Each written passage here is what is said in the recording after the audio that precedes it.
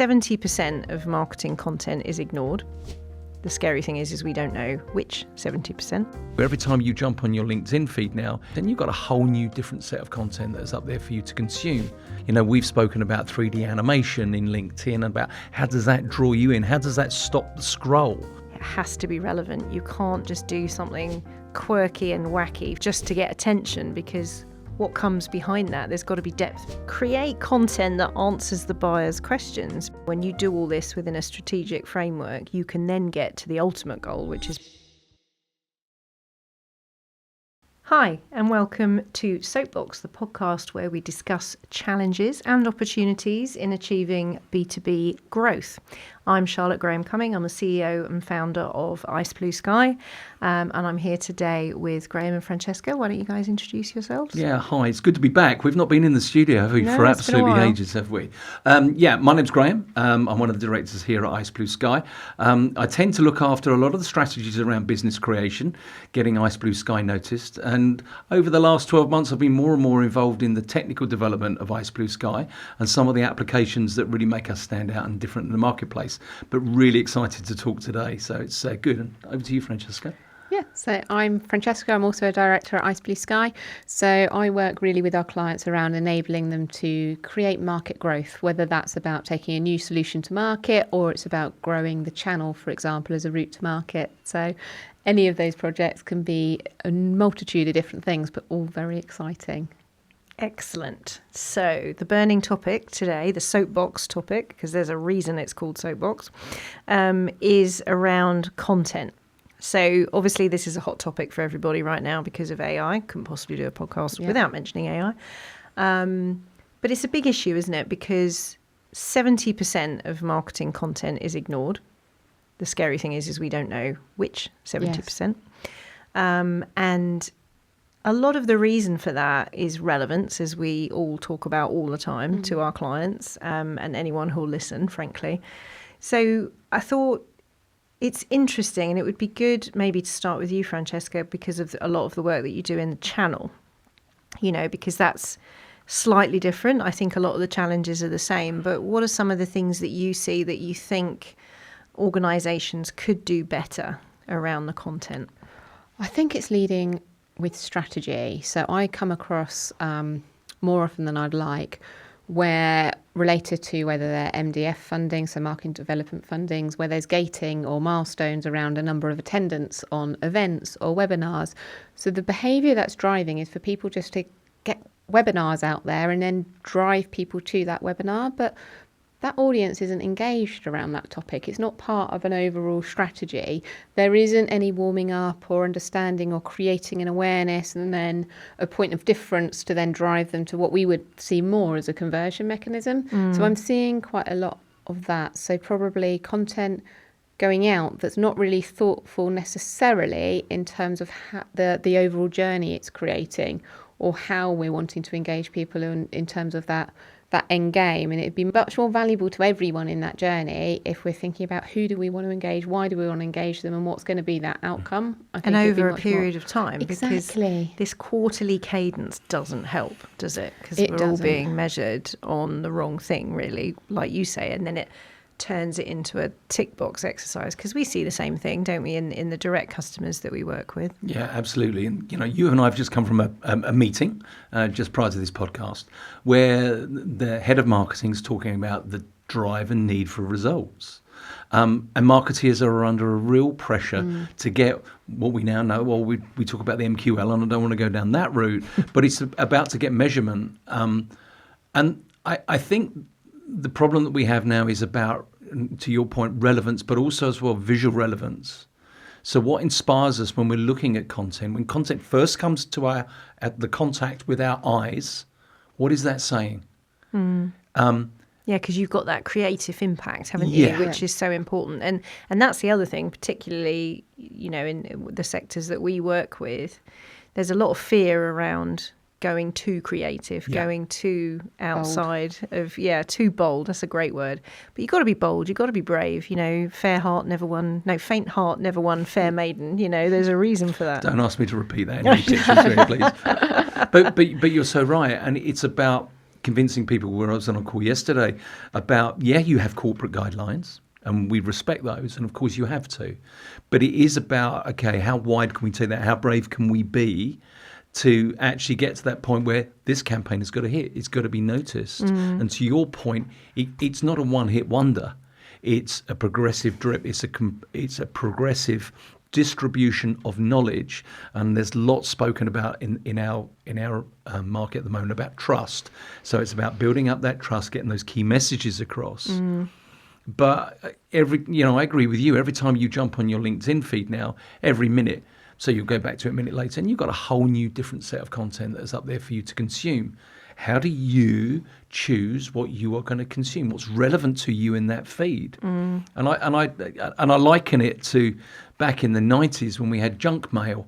Well, direct mail. Indirect mail. Yeah, because for the younger viewers, junk mail won't mean anything. Yes, I am of an age that remembers junk mail. But people switched off from it, and are we entering a phase now where we're getting junk content?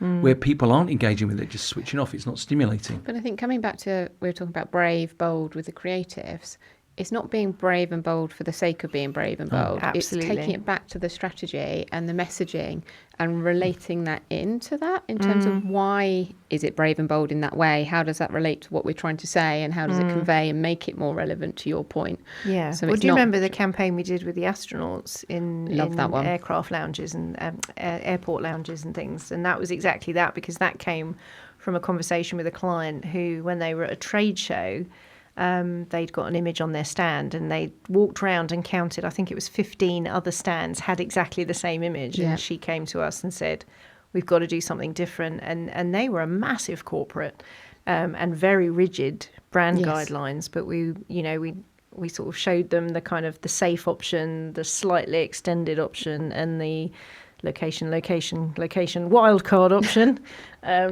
And that's what they went with in the end. And because it had emotional resonance. Yes. And I think that gets lost. But to your point, it has to be relevant. You can't just do something quirky and wacky for this just to get attention, because what comes behind that, there's got to be depth behind it. No substance, no like authority or authenticity, for your word. Favourite word, authenticity. But it's interesting, isn't it? Let's look at the function. Let's just specifically look at LinkedIn. Let's look at the functionality of LinkedIn, okay? And we're all guilty of what I'm just about to share. We'll go through a feed and we'll see a really interesting article, but we may just like it, but we won't consume it. And in other people's feeds, it will come through that Charlotte has liked this piece of content, or Francesca has liked this piece of content. So why are we doing that? Are we doing that for our own ego, to be seen to be active and consuming? And is that what people are doing? I don't have an answer for that, but I'm just saying. Sometimes it's just be seen to be in the area, to be relevant, to maybe show that. But if you think when you like something, it's like any social media. Like you nobody knows why you did that. It's like it could be just because the headline appealed to you. You like the colour of the ad. I mean, it could be anything. It's not a signal to buy. And I agree. I think that's the thing that we have to watch out for, is you can't say to sales, all these people have liked this post, so they must all be in market to buy. I mean, there's just, there's no... But you are creating a level of awareness at that point. Exactly. Which is the one thing you can take from it. Yeah, exactly. But I think people like things for all sorts of reasons, don't they? But I think I do, I think a lot of most marketeers know this. Like, this is not a surprise to anybody, and they're human beings themselves. They understand all of this. But I do think it's been too difficult and too expensive to do, to really think about. And I know we talk about this all the time, when there are more buyers involved in the purchase who are different, have different needs, different requirements, different priorities, different ways of consuming content. So to target all of those differences is, for most marketeers, is out of budget and out of resource. To get an agency to do it would be expensive. So I do think AI, and again, couldn't possibly do an episode without talking about AI, but AI is a good way, if used properly, and for goodness sake, please don't use templates, used properly, and using prompting as opposed to agentic templates. Yeah. For ABM specifically, whether it's in the channel or whether it's direct, because ABM, the point of ABM is strategic account engagement that's very personalised and very targeted to the strategic needs of that account. And you can't do that with agentic AI. But if you use prompt-led AI platforms, for example, you're going to have much better luck, I think, in scaling up so that you can create lots of different content for those different buyers, I think. Yeah, I think it's also the stimulus about where are you consuming that content? How are you consuming that content? How is that content coming to me? How relevant is it to me? And I do think that opens up great opportunities for marketeers to be a little bit more creative on how they're thinking about that. Because I think some of the channels that we're seeing, I mean, email is very much a challenging channel sometimes to cut through on that. So I think we're entering a period now where people, marketeers and organisations, are starting to look at that in a little bit more of a creative way. We've spoken about 3D animation in LinkedIn, about how does that draw you in? How does that stop the scroll? And I think the point we came back to about capturing that sort of, why is this important? Why is this relevant to me? And I think that's going to be some of the development that we're going to see over the next probably 5 or 6 years, is to say, how does that drive a difference, and how does that content look different? But I think as well, we have to focus on the actual content itself. Agreed. So what's the value that, not the ad, but the piece of content? Like, what's the value that's offering? Because the other side of the coin here is AI answer engine optimization, AEO, because the syntax of questions that people ask in AI engines is different to how they ask questions on Google search, for example. Yes. Other search engines are available.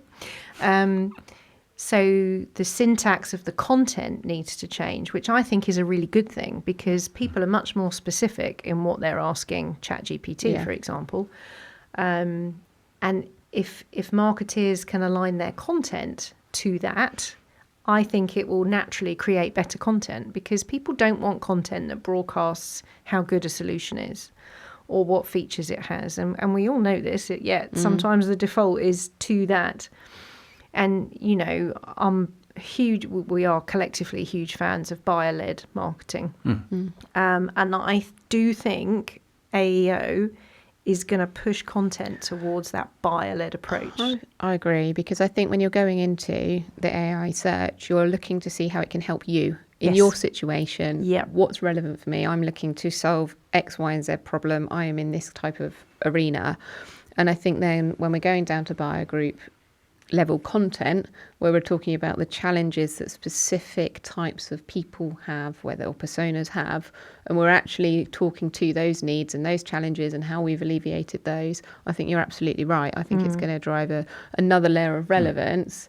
And actually, the more that we can do that, the more impact we're going to have. And the more, which ultimately is what we're all here to do, is help buyers buy. Yeah. So that's the key phrase. So let's keep on that subject of AI search, because very much what we've just spoken about there is either push or pull. So with that AI search in relation to if a buyer is looking and then the AI search is relevant, we know ourselves, because we won a major client last year who told us they found us because of AI search, which was fantastic. So it shows all those initiatives that we deployed. But it wasn't us necessarily marketing to them. They pulled the information that they wanted, and to the points we're talking about here, that content was relevant to that search term. And this is something I've been talking about for about 20 years, 25 years. Create content that answers the buyer's questions, because when the internet arrived in the late 90s, old enough obviously to remember the impact of that, the balance of power shifted massively from the seller to the buyer. So the buyer suddenly had access to all this information, which for a period of time was great. They went in, you knew if somebody read a white paper on your website, chances are they'd become a lead. But then this huge explosion of content happened. So now you have no idea. Somebody could just be educating them themselves. It's intent. It was not even showing intent. It's engagement, but it's not intent to purchase. And so content should always do that. It should always answer the buyer's questions. And I think if you're creating content for any other reason, you really need to look deep and say, so why am I doing that then? You know, why am I creating content that doesn't answer the buyer's questions? It just makes no sense. And we're now rapidly moving into technology that's available to do that. So able to analyse what people are asking, questions, the relevance of the content you should be creating in relation to what the market is asking for.